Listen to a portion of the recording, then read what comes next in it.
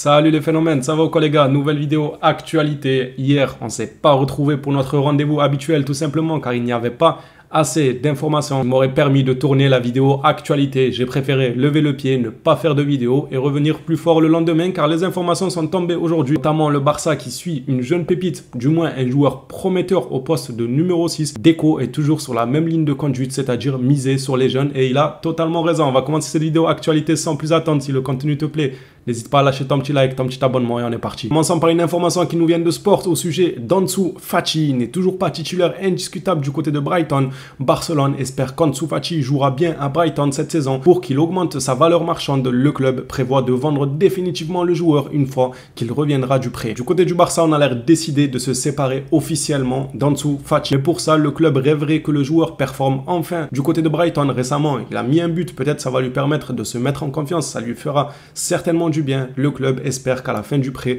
le joueur aura tellement fait parler de lui pour ses performances et non pas sa nonchalance, comme c'était souvent le cas du côté du Barça avec nous, pour pouvoir gratter un maximum d'argent sur sa vente. Ils ont l'air décidés du côté du Barça. Après, ça reste une information de Sport à prendre avec des pincettes. On va passer maintenant côté blessé. On va parler de Rafinha. Selon Benayad, il y a de l'optimisme concernant Rafinha au sein du FC Barcelone. Le sentiment à Barcelone est qu'il reviendra après la trêve internationale. S'il revient après la trêve internationale, pour moi, c'est le timing parfait. C'est très bien un retour de Rafinha après la trêve internationale. Maintenant, ça me paraît quand même tôt. Je l'espère, on l'espère tous, mais ça me paraît tôt. Affaire à suivre, ce n'est vraiment pas sûr, mais si ça venait à arriver, on serait tous heureux. Et puisqu'on parle de blessés, on n'est pas les seuls à avoir des blessés, car notre futur adversaire qu'on va affronter cette semaine-là en Ligue des Champions, Porto, a lui aussi 6 blessés, dont Pepe. Bon, Pepe, on va pas le pleurer. Tant mieux qu'il est blessé. Ça lui évitera de faire la même déclaration que Sergio Ramos, là, à nous dire oui, j'aimerais marquer contre le Barça pour qu'au final, il nous offre un but. Et c'est le but de la victoire. C'est ça le pire. C'est le seul but du match, celui qui a offert la victoire au FC Barcelone. Pepe, si c'est pour raconter des conneries comme Ramos, c'est tant mieux qu'il soit blessé. Bien évidemment, je rigole. Bon rétablissement aux blessés de Porto, mais on ne va pas non plus les plaindre car nous aussi on a pas mal de blessés et des joueurs cadres dans ce Barça-là. Passons maintenant à une information sur Cancelo qui concerne encore les blessures. Cancelo aurait pu se reposer contre Séville, mais le club dispose d'un outil qui mesure la fatigue et d'autres éléments pour contrôler le risque de blessure. Du coup, vu les blessures qu'on a, on peut douter de cet élément, cet outillage-là qui nous permet de prévoir apparemment les blessures. Il marche pas. Il est totalement faux l'outil là, il marche pas du tout. Comment ça? Il a pas prévu les autres blessures, que ce soit celle de Rafinha, il a pas prévu. Après Rafinha, en réalité, c'est une blessure dans le jeu où il a fait un mouvement d'extension. Vous avez vu de vous-même, il s'est étiré un maximum pour aller chercher le ballon. Peut-être que son muscle a lâché. Je n'ai même pas vu la nature de sa blessure pour vous dire. Je n'ai pas vu cette information-là. S'il y en a qui savent, n'hésitez pas à me le dire dans les commentaires quelle est sa nature de blessure. Mais en tout cas, on peut douter un peu de l'outil qui mesure soi-disant la fatigue des joueurs.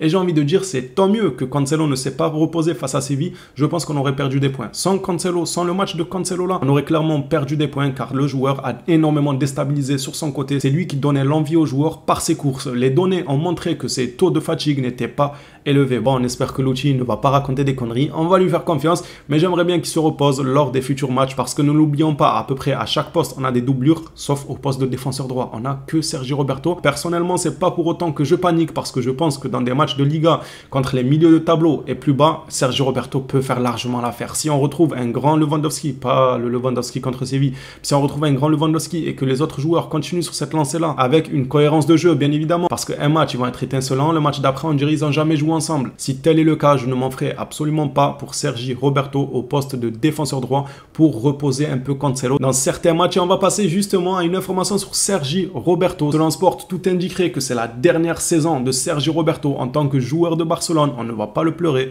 Merci pour tout, notamment le but de la remontada. En réalité, il nous aura quand même pas mal dépanné. Il aura sorti des bons matchs, mais comme des matchs calamiteux, même beaucoup de matchs calamiteux, catastrophiques. Par contre, je ne connais aucun Blaugrana qui va pleurer son départ. C'est vrai qu'il a passé beaucoup d'années avec nous, ça va nous faire un petit quelque chose, mais au final, quand on fait les comptes, ça n'a pas non plus été un joueur exceptionnel. On ne va donc logiquement pas le pleurer. Toujours avec le journal Sport, la priorité du FC Barcelone est claire, renouveler le contrat de De Jong jusqu'à 2029. C'est une information que je vous fais passer rapidement d'une demi-volée, car ce n'est pas un secret, ça fait plusieurs semaines qu'on nous dit que Frenkie De Jong devrait bel et bien prolonger. C'est simple, les deux camps veulent ça. De Jong se sent bien au Barça et le Barça souhaite le prolonger. Deco toujours sur la même ligne de conduite. Selon Joachim, Deco est déterminé à signer le jeune Gabriel Moscardo, tout comme il l'était avec Vitor Roque, le directeur sportif estime qu'il a le profil adéquat pour devenir un joueur à succès. Deco espère le signer l'été prochain car il pense qu'il est prêt. J'ai une totale confiance en Deco, j'aime sa manière de procéder, celle d'aller chercher des jeunes pépites pour qu'ils explosent au Barça et non pas d'aller chercher des stars déjà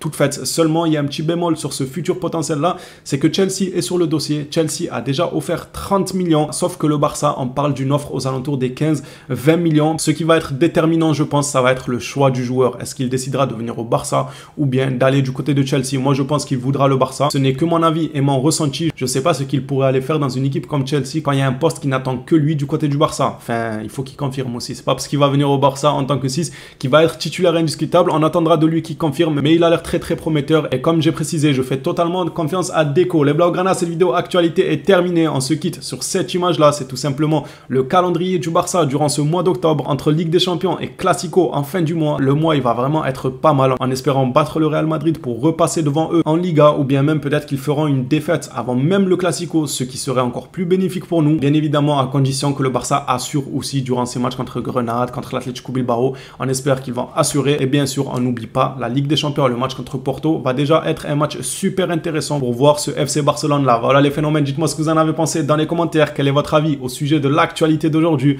On s'attrape à la prochaine vidéo sur le FC Barcelone. D'ici là, prenez soin de vous les phénomènes.